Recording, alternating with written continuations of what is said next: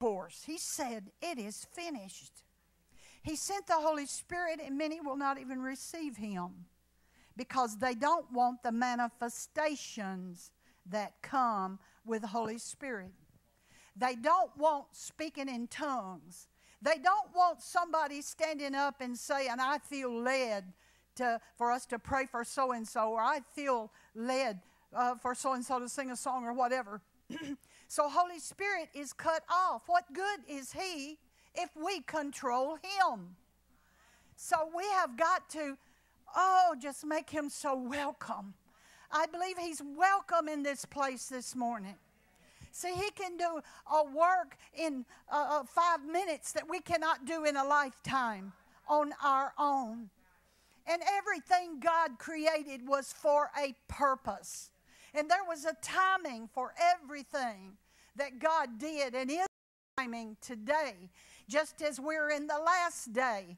And God has already spoken some things, declared some things that are relevant for this moment. But we are too busy accumulating things that we're shortly going to leave behind.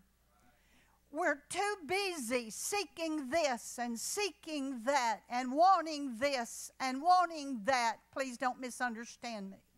God wants his people blessed, but he wants to do it. He said, seek me first, and then all these other things will be added to you. See, we get it backwards. What happens when we seek things, we find them, we get them, we acquire them, only to discover this was not what I was really wanting or needing after all. It means little because I have received it. I've got it. It's grip. And it no longer the thought of going towards it. And this is how the enemy works against us. Our thoughts should be more than anything toward the things of God. Our thoughts should be in pursuing God with everything in us. You know, there's some I want to say terrible, it's prophetic, but it doesn't mean it's a good thing that's taking place in Israel right now. The other day I just got grieved. I started praying in the Holy Spirit and praying for the children. Because all of a sudden it was like I could see the children. Here the bombs are going off, or the missiles are being fired, and the sirens are going off, and the little children don't know what's going on. And they're fearful. How many knows God loves Israel? And we support our Christian ambassador, Mike Evans, in Israel, because he is concerned about Israel, loves Israel.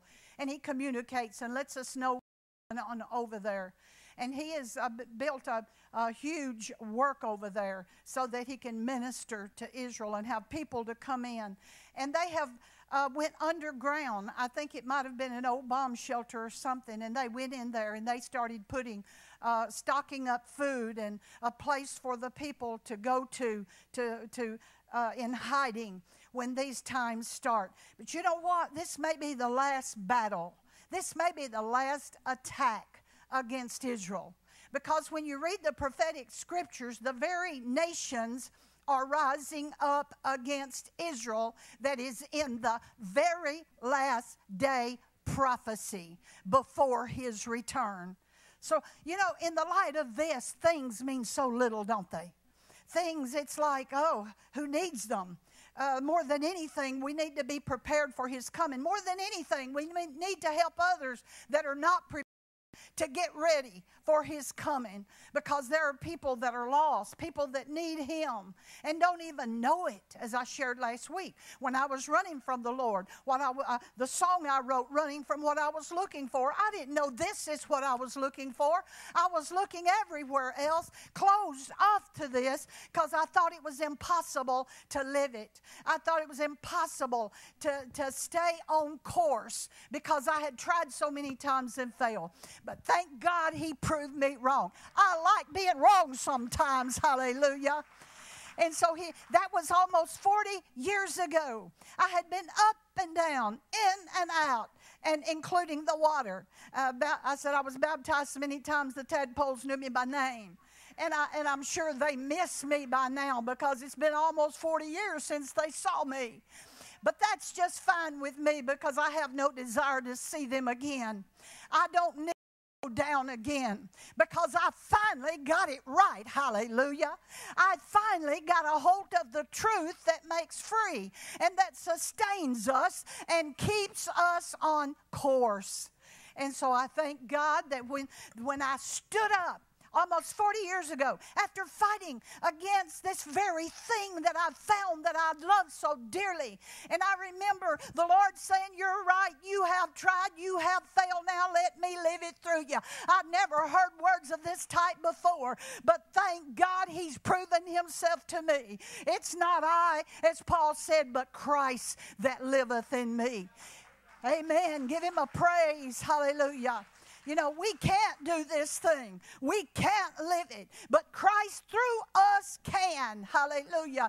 We can't quit certain things. But Christ in us, the hope of glory. Oh, He can through us. To the point we look back where we were, and the very thing we thought we couldn't give up are things, and we look back and we thought, what in the world? How could I have let those things keep me, alienate me from this beautiful thing that I have found in Christ? Hallelujah. I wouldn't trade places with the kings of the earth. I wouldn't trade places for the presidents, with any president in any nation. Praise God right now, I might. Woo! Hallelujah. We need some godly people taking a stand over our nation. Hallelujah. And we need some godly people that will stand up and fight and come alongside Israel, because it is God's chosen people. Hallelujah. My Lord and my God, we've got to learn what's important.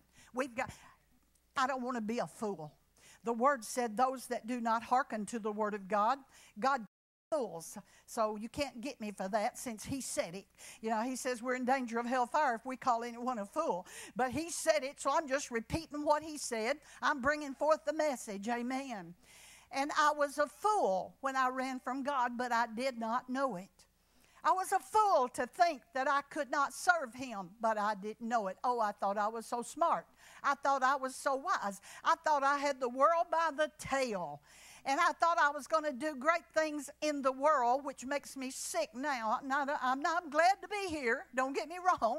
There's some good things and good people in this world. But I am sickened by the things that turns most people on. I am sickened when I hear people boasting about illicit affairs. I am sickened when I hear people telling dirty jokes. Thank God they don't do that around me anymore, because I addressed it. Amen. Your ears are not for lewd stories and jokes.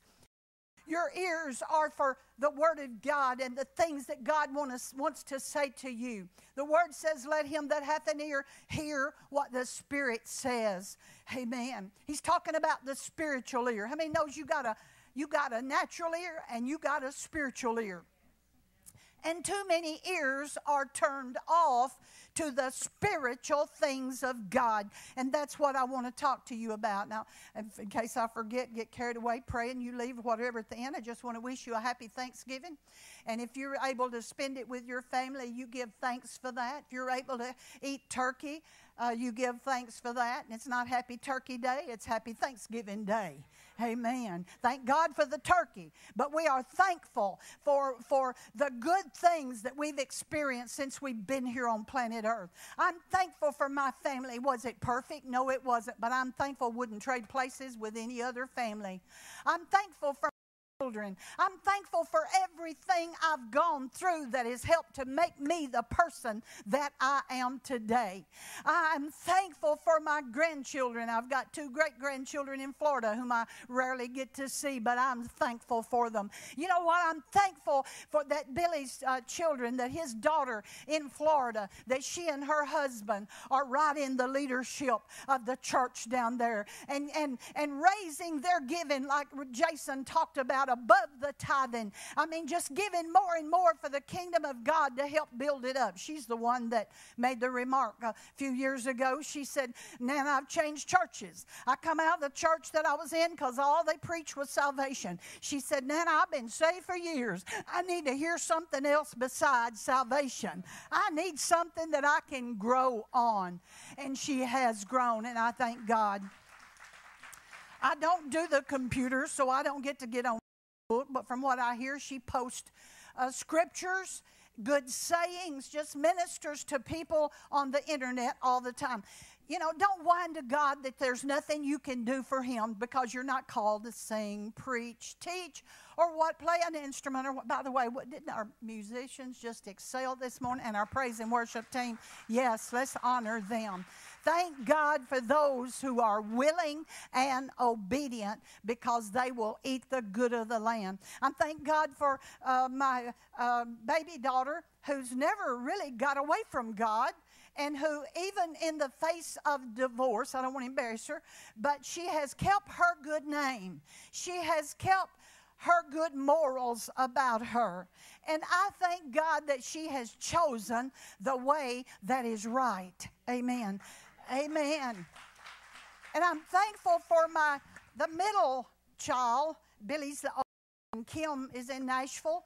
And I thank God that I can start to quote a scripture when they do get to come down and they're here in the service. She finishes the scripture as I start it back here. She got the word in her. I thank God for her children that are godly and walking in the Spirit and serving God.